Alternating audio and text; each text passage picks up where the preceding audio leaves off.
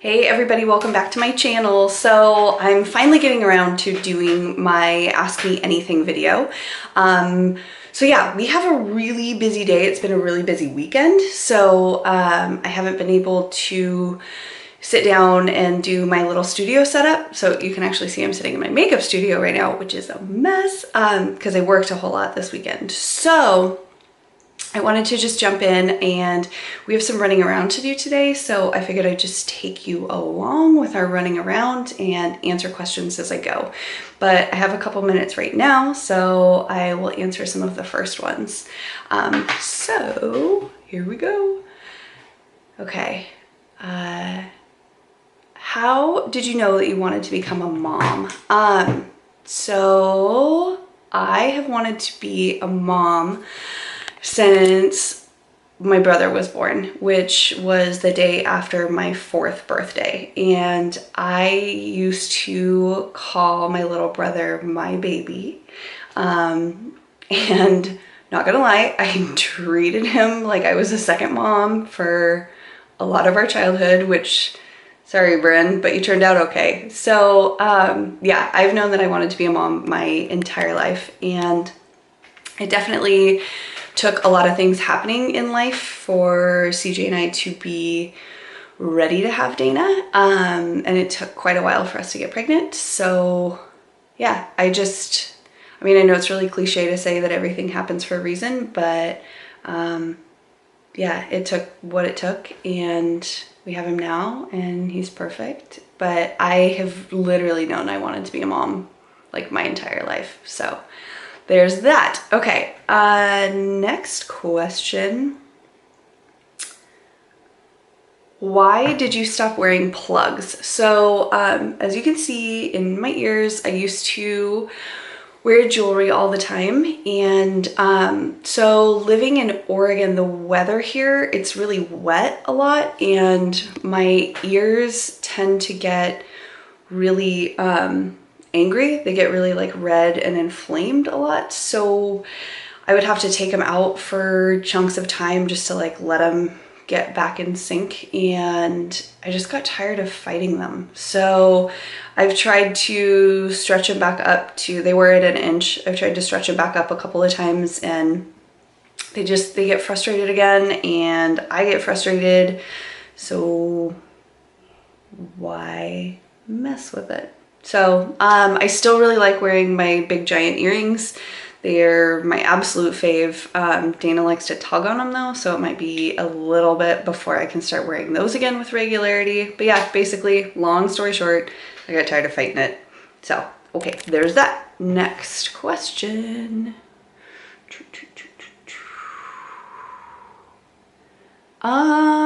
Okay, let's talk about, so there's a ton of questions that I got about makeup, and which I love talking about makeup, but unfortunately I feel like a lot of them are subjective and really depend on what you want to do with your makeup. So as far as what eyeshadows I think that people should have in their arsenal, I just got this bad boy Modern Renaissance palette. I swear to you, I've worn it every single day since I got it. I love it so much. Let's see, should we take a peek? I also, ooh, where is it? Let's see here. I have my bag of stuff. Okay, you can see how well loved this is. The Shade and Light palette by Kat Von D is amazing, like absolutely incredible. I will show you how much use this bad boy gets. You can see I've hit pan on multiple colors.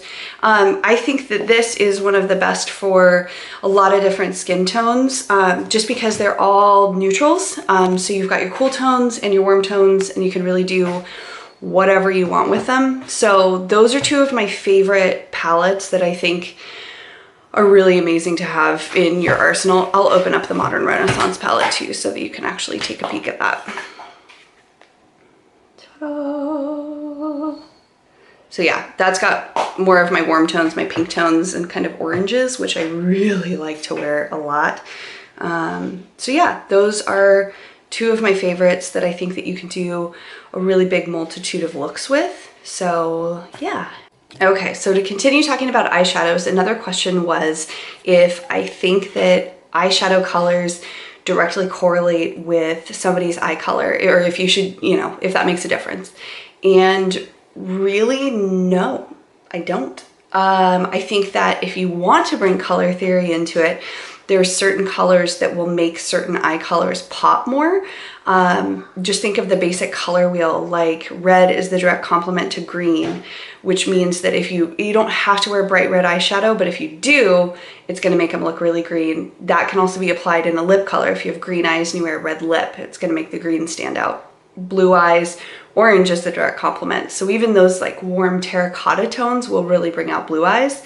If you have brown eyes, you lucky duck, whatever you want, because everything complements brown eyes. So yeah, if you want to do that, you totally can, but realistically, just wear whatever you want, wear whatever makes you happy. That's, makeup should be fun. So there's that. Another question that I had was about doing cut crease eyeshadow and brushes, what brushes to use for a cut crease. So for a cut crease, what I like to use is a stiffer, flatter brush. So this is the Morphe G20 or G20. So anything that's stiffer and flatter, let's see if I can get it in focus. Maybe not. Anything that's stiffer and flatter like that. If you want, I'll do a cut crease tutorial video too, which just let me know in the comment section below if you want to see a cut crease tutorial. So there's that. Okay, we gotta get moseying, so we will continue these questions on the road. Okay, so first question is, how did you get started in makeup? Like as a career or an interest?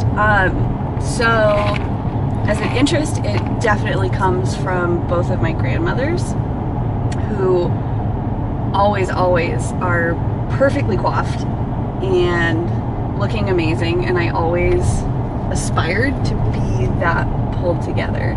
As a career, I mainly had worked in customer service, and I had a friend who worked at the Mac counter, shout out to Libby, who encouraged me to apply, and the manager at the time, wonderful gal named Mary, took a chance on me because I didn't have makeup experience, but I had customer service experience, and she told me one of the best pieces of advice, which is that you can teach anybody how to do makeup, but you can't teach people to have a personality. So lucky for me, I had a personality. Yeah, that's how I got started. What's your favorite thing about Oregon? Or if you could live anywhere else in the world, where would it be? Ooh, that's a really good question. My favorite thing about Oregon, and specifically about Eugene, Oregon, well, I was born and raised here, so aside from the short time that we lived in Seattle, I've been here my whole life, so it's home, which I think for most people is always where the heart is. But I love that we are an hour from the mountains and an hour from the coast, and we're only 2 hours from Portland, so I just think that the possibilities for where we can go is fantastic. And I don't know, it's like this neat little liberal bubble that we live in. You know, our town was built by merry pranksters, essentially. So I don't know, I just really, it sounds so cheesy to say that I like the vibe here, but I just like the vibe here. If I could live anywhere else, I probably would have done it by now. So there's that. Hair products. Growing out my hair and yours is goals. So share the secrets.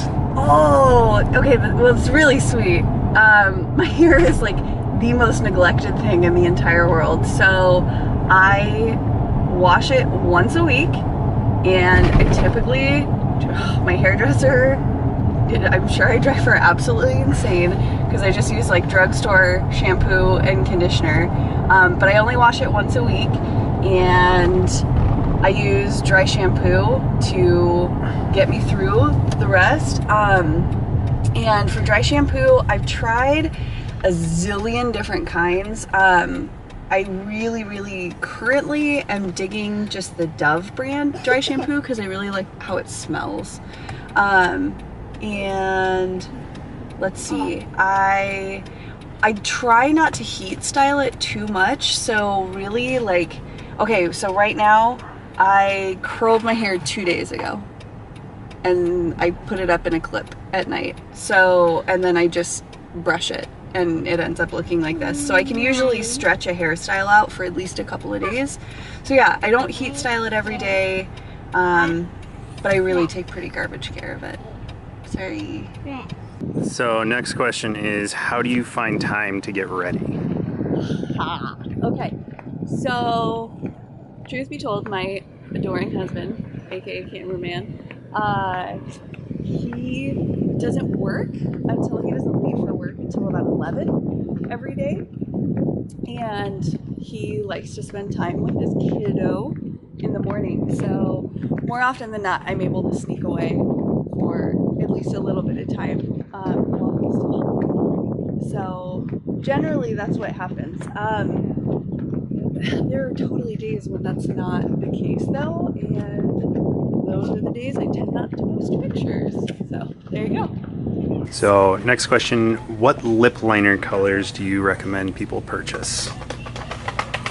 Okay, so God, there's a ton of them. I think that it's really good to have a good solid red, which some of my faves are MAC's Cherry and MAC Red lip pencil. Also for like NYX, oh, I don't think they have them here. They have them at Ulta. NYX, they're just regular lip pencils. Literally, I have a zillion of those. I love them, especially the one that's just called Natural. It's like just like your natural lip color. It's perfect. It's like a really soft pink. But honestly, as far as lip liners go, it really depends on what you're trying to do with your lipstick, because they're all going to be a little bit different. So if you want it to match perfectly, then it's going to be to that specific tone. Oh yeah? So yeah, it's kind of hard without knowing exactly like what to recommend, without knowing exactly what lip color you're wanting to do with it or what the desired effect you want is. Okay, so next one is, besides becoming a mom, what was your motive for getting sober? Okay. So I actually got sober before I got pregnant with Dana. I'd been sober about, how long were we sober? 6 months. 6 months or so when we got pregnant. And the fact of the matter is, my life had completely gone to hell. So yeah, CJ and I mean, this is, I don't know, I'm an alcoholic. It is what it is. I needed to get sober and save my life. So I think that because of that, that's why we were able to get pregnant with Dana. And my husband is sober too. We have the same sobriety date, and it's been really amazing to be able to support each other in that. But yeah, plain and simple, our drinking was out of control, and it just was going absolutely nowhere good really quickly. So yeah, so that was my biggest motivation for staying sober. And now my life is just our lives. I don't like to speak for CJ when it comes to sobriety, but our lives are infinitely better being sober, and I can't imagine being a parent.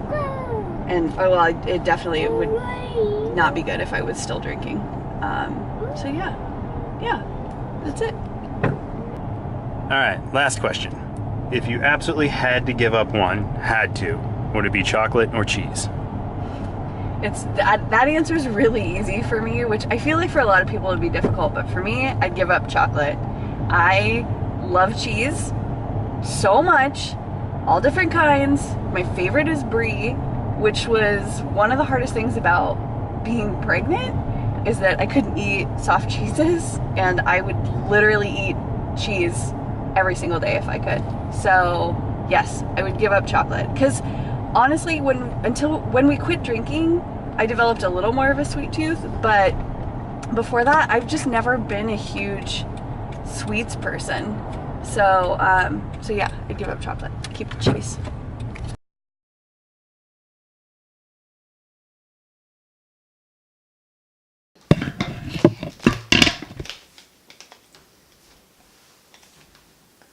Are you gonna put it on your lips?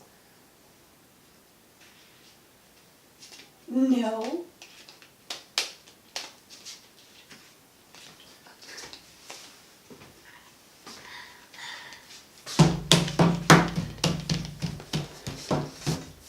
Can you put it on mommy's lips? Oui. Wait, be gentle. Oh, thank you. Do my lips look pretty? Do they look pretty? Oh, good job, bug. Here, should we open it? Here. You want to open this one? No. Oh, so pretty, bug. Two. Can you put one on me? Can you put it on my lips?